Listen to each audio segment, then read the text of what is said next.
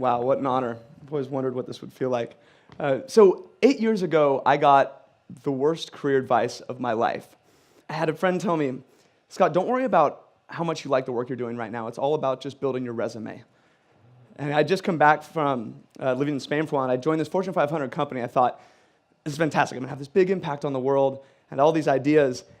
And within about 2 months, I noticed at about 10 a.m. every morning, I had this strange urge to want to slam my head through the monitor of my computer. I don't know if anyone's ever felt that. And I noticed pretty soon after that all the competitors in our space had already automated my job role. And this is right about when I got this sage advice to build up my resume. Well, as I'm trying to figure out what two-story window I'm going to jump out of and change things up, I read some altogether different advice from Warren Buffett, and he said, taking jobs to build up your resume is the same as saving up sex for old age. And I heard that, and that was all I needed. Within 2 weeks, I was out of there, and I left with one intention, to find something that I could screw up. That's how tough it was. I just wanted to have some type of an impact. Didn't matter what it was. And I found out pretty quickly after that I wasn't alone. It turns out over 80% of the people around don't enjoy their work. I'm guessing this room is different, but that's the average that Deloitte has done with their studies. And so I wanted to find out, what is it that sets these people apart? The people who do the passionate, world-changing work, they wake up inspired every day. And then these people, the other 80% who lead these lives of quiet desperation. So I started to interview all these people doing this inspiring work, and I read books and did case studies, and 300 books altogether on purpose and career and all this. Totally just self-immersion, really for the selfless reason of I wanted to find the work that I couldn't not do, what that was for me. But as I was doing this, more and more people started to ask me, Scott, you're into this career thing. I don't really like my job. Could we sit down for lunch? I'd say, sure, but I would have to warn them because at this point, my quit rate was also 80%. Of the people I'd sit down with for lunch, 80% would quit their job within 2 months. And this is something, I was damn proud of this. And it wasn't that I had anything special magic. It was that I would ask one simple question. It was, why are you doing the work that you're doing? And so often, their answer would be, well, because somebody told me I'm supposed to. And I realized that so many people around us are climbing their way up this ladder that someone tells them to climb and ends up being leaned up against the wrong wall, or no wall at all. And so the more time I spent around these people and saw this problem, I thought, what if we could create a community, a place where people could feel like they belonged and that it was okay to do things differently, to take the road less traveled, where that was encouraged, and inspire people to change. And that later became what I now call Live Your Legend, which I'll explain in a little bit. But as we've done this, as I've made these discoveries, I noticed a framework of really 3 simple things that all these different passionate world changers have in common. Whether you're like a Steve Jobs, or if you're just the person who has the bakery down the street, but you're doing work that embodies who you are. I want to share those 3 with you so we can use them as a lens for the rest of today and hopefully the rest of our life. The first part of this 3-step passionate work framework is becoming a self-expert and understanding yourself. Because if you don't know what you're looking for, you're never going to find it. And the thing is that no one's going to do this for us. There's no major in university on passion and purpose and career. I don't know how that's not a required double major, but don't even get me started on that. I mean, you spend more time picking out a dorm room TV set than you do picking your major and your area of study. But the point is, it's on us to figure that out. And we need a framework. We need a way to navigate through this. And so the first step of our compass is finding what our unique strengths are. What are the things that we wake up loving to do no matter what, whether we're paid or we're not paid, the things that people thank us for. And StrengthsFinder 2.0 is a book and also an online tool, highly recommended for sorting out what it is that you're naturally good at. And then next, what's our framework or our hierarchy for making decisions? Is it the people or do we care about the people, our family, health, or is it achievement, success, all this different stuff? We have to figure out what it is to make these decisions so we know what our soul is made of, so that we don't go selling it to some cause we don't give a shit about. And then the next step is our experiences. All of us have these experiences. We learn things every day, every minute about what we love, what we hate, what we're good at, what we're terrible at. And if we don't spend time paying attention to that and assimilating that learning and applying it to the rest of our life, it's all for nothing. It's like every week, actually every day, every week, every month of every year, I spend some time just reflecting on what went right, what went wrong, and what do I want to repeat? What can I apply more to my life? And even more so than that, as you see people, especially today, who inspire you, who are doing things where you say, oh God, what Jeff is doing, I want to be like him? Why are you saying that? Open up a journal, write down what it is about them that inspires you. It's not going to be everything about their life, but whatever it is, take note of that, because over time we have this repository of things that we can use to apply to our life and have a more passionate existence and make a better impact. Because when we start to put these things together, we can then define what it is success actually means to us. And without these different parts of the compass, it's impossible. We end up in the situation, we have that scripted life that everyone seems to be living, going up this ladder to nowhere. It's kind of like in Wall Street too, if anyone saw that. The kind of peon employee asked the big Wall Street banker CEO, said, "Hey man, what's your number?" Everyone's got a number. If they make this amount of money, they'll leave it all. He says, "Oh, simple, more." And he just smiles. And it's the sad state of most of the people that haven't spent time understanding what actually matters to them. We just keep reaching for something that doesn't mean anything to us, but we're doing it because everyone said we're supposed to. But once we have this framework together, we can start to identify things that make us come alive. Before this, a passion could come and hit you in the face. Or maybe in your possible life work, you might throw it to the side because you don't have a way of identifying it. But once you do, you can see something that says, it's congruent with my strengths, my values, who I am as a person. So I'm going to grab a hold of this, I'm going to do something with it, and I'm going to pursue it and try and make an impact with it. And Live Your Legend and the movement we've built wouldn't exist if I didn't have this compass to identify, wow, this is something I want to pursue and make a difference with. So if we don't know what we're looking for, we're never going to find it. But once we have this framework, this compass, then we can move on to what's next. And that's not me up there. But doing the impossible and pushing our limits. Because there's two reasons why people don't do things. One is because they tell themselves they can't do them. Or the other is people around them tell them they can't do them. Either way, we start to believe it, and either we give up or we never start in the first place. The thing is, everything was impossible until somebody did it. Every invention, every new thing in the world, people thought were crazy at first. Roger Bannister in the 4-minute mile, it was a physical impossibility to break the 4-minute mile in a foot race until Roger Bannister stood up and did it. And then what happened? 2 months later, like 16 people broke the 4-minute mile. The things that we have in our head that we think are impossible are often just milestones waiting to be accomplished, if we can push those limits a bit. And I think this starts with probably your physical body and physical fitness more than anything, is we can control that. If you show yourself, you don't think you can run a mile, you show yourself you can run a mile or two, or even like a marathon, or lose 5 pounds, whatever it is, you realize that can be transferred, that confidence compounds, can be transferred into the rest of your world. And I've actually gotten into the habit of this a little bit with my friends. We had this little group, we kind of go on physical adventures, and recently I found myself in a kind of a precarious spot. I'm terrified of deep, dark blue water. I don't know if anyone's ever had that same fear ever since they watched Jaws 1, 2, 3, and 4, like 6 times when I was a kid. But anything above here, if it's murky, I can already feel it, like right now. I swear there's something in there. Even if it's Lake Tahoe, it's fresh water. Totally unfounded fear, ridiculous, but it's there. Anyway, 3 years ago, I find myself on this tugboat right down here in the San Francisco Bay. It's a rainy, stormy, windy day, and people are getting sick on the boat, and I'm sitting there wearing a wetsuit, and I'm looking out the window in pure terror and thinking I'm about to swim to my death. I'm going to try and swim across the Golden Gate.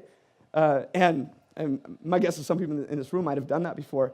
And I'm sitting there, and my buddy Jonathan would talk me into it. He comes up to me, and he could see the state I was in. And he comes up and says, "Scott, hey man," he's like, "what's the worst that can happen?" He's like, "You're wearing a wetsuit, you're not going to sink." He's like, "and if you can't make it, just hop on one of the 20 kayaks. Plus, if there's a shark attack, why are they going to pick you over the 80 people that are in the water?" I said, "Oh, thanks, that helps." He's like, "No, but really, just have fun with this." He's like, "Good luck." And he dives in, swims off. I'm like, okay. It turns out the pep talk totally worked. I just felt this total feeling of calm. And I think it was because Jonathan was 13 years old. And of the 80 people swimming that day, 65 of them were between the ages of 9 and 13.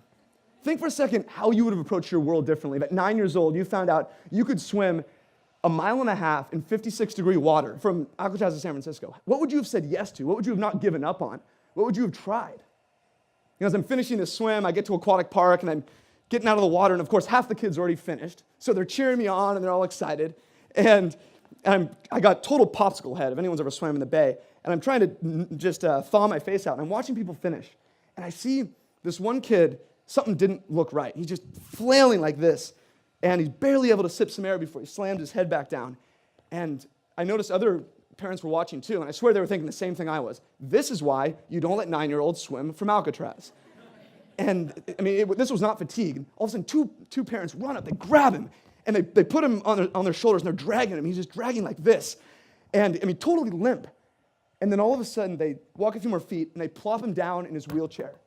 And he puts his fists up in the most insane show of victory I've ever seen. I could still feel the warmth and the energy on this guy when he made this accomplishment. The thing is, I had seen him earlier that day in his wheelchair. I just had no idea he was going to swim. I mean, where is he going to be in 20 years? How many people told him he couldn't do that he would die if he tried that? You prove people wrong. You prove yourself wrong that you can make these little incremental pushes of what you believe is possible for yourself. You don't have to be the fastest marathon in the world, just your own impossibilities to accomplish those. And it starts with little bitty steps.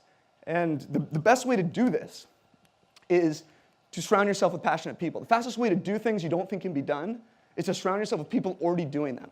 There's this quote by Jim Rohn, and it says, you are the average of the 5 people you spend most time with.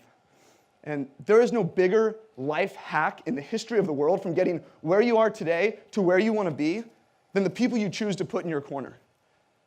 They change everything. And it's a proven fact. In 1898, Norman Triplett did this study with a bunch of cyclists. And he would measure their times around a track in a group and also individually. And he found that every time the cyclists in a group would cycle faster. And it's been repeated in all kinds of walks of life since then. And it proves the same thing over and over again, that the people around you matter. And the environment is everything.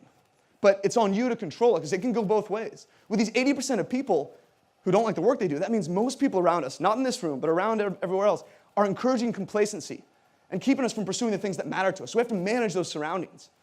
I found myself in this situation, personal example, maybe a year ago and a couple years ago. Has anyone ever had a hobby or a passion they pour their heart and soul into, unbelievable amount of time, and they so badly want to call it a business, but no one's paying attention and it doesn't make a dime?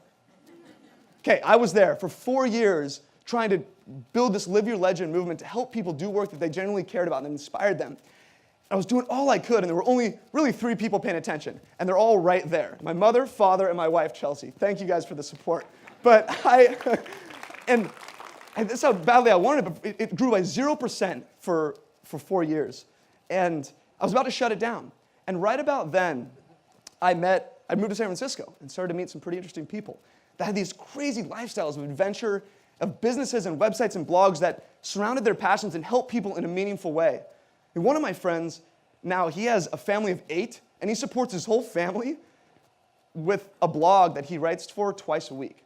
They just got back from a month in Europe, all of them together. This stuff blew my mind. It's like, how does this even exist? And I got unbelievably inspired by seeing this. And instead of shutting it down, I decided, let's take it seriously. I did everything I could to spend my time around, like every waking hour possible, trying to hound these guys with hanging out and having beers and workouts, whatever it was. And after 4 years of zero growth, within 6 months of hanging around these people, the community at Live Your Legend grew by 10 times. In another 12 months, it grew by 160 times. And today, over 30,000 people from 158 countries use our career and connection tools on a monthly basis. And those people have made up that community of passionate folks who inspire that possibility that I dreamed of for Live Your Legend so many years back. The people change everything. And this is why, you asked what was going on. Well, for 4 years, I knew nobody in this space. And I didn't even know it existed, that people could do this stuff and you could have movements like this. And then all of a sudden, I'm over here in San Francisco, and everyone around me is doing it. It became normal. So my thinking went from, how could I possibly do this, to how could I possibly not? And right then, when that happens, that switch goes on in your head, it ripples across your whole world. And without even trying, your standards go from here to here.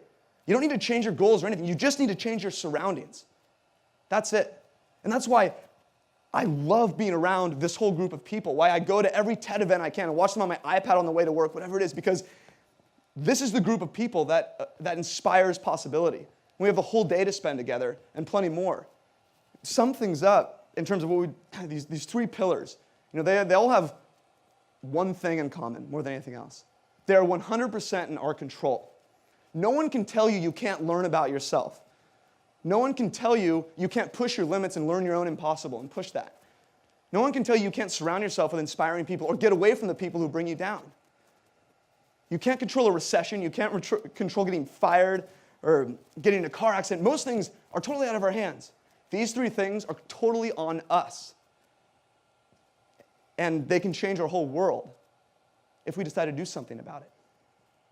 And the thing is, it's starting to happen on a widespread level. I just read in Forbes, the US government reported for the first time in a month where more people had quit their jobs than had been laid off. And I thought this was an anomaly, but then it's happened 3 months straight.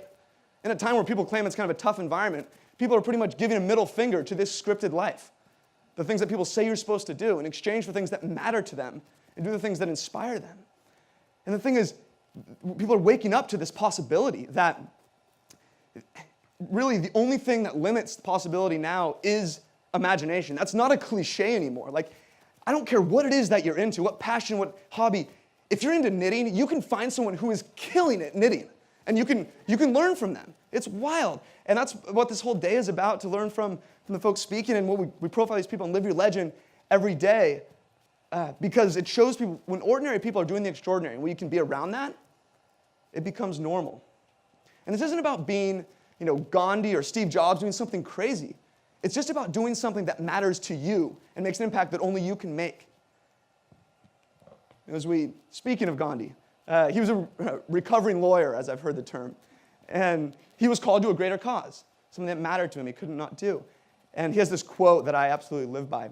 First they ignore you, then they laugh at you, then they fight you, and then you win. Everything was impossible until somebody did it.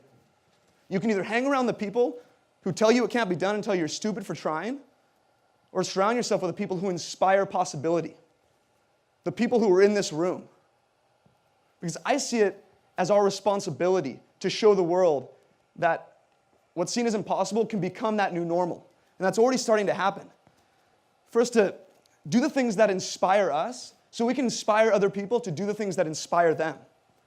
But we can't find that unless we know what we're looking for. We have to do our work on ourselves, be intentional about that, and make those discoveries.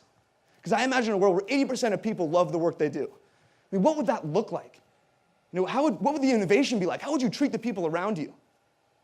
Things would start to change. And as we finish up, I have just one question to ask you guys, and I think it's the only question that matters. And it's, what is the work you can't not do? Discover that. Live it. Not just for you, but for everybody around you. Because that is what starts to change the world. What is the work you can't not do? Thank you, guys.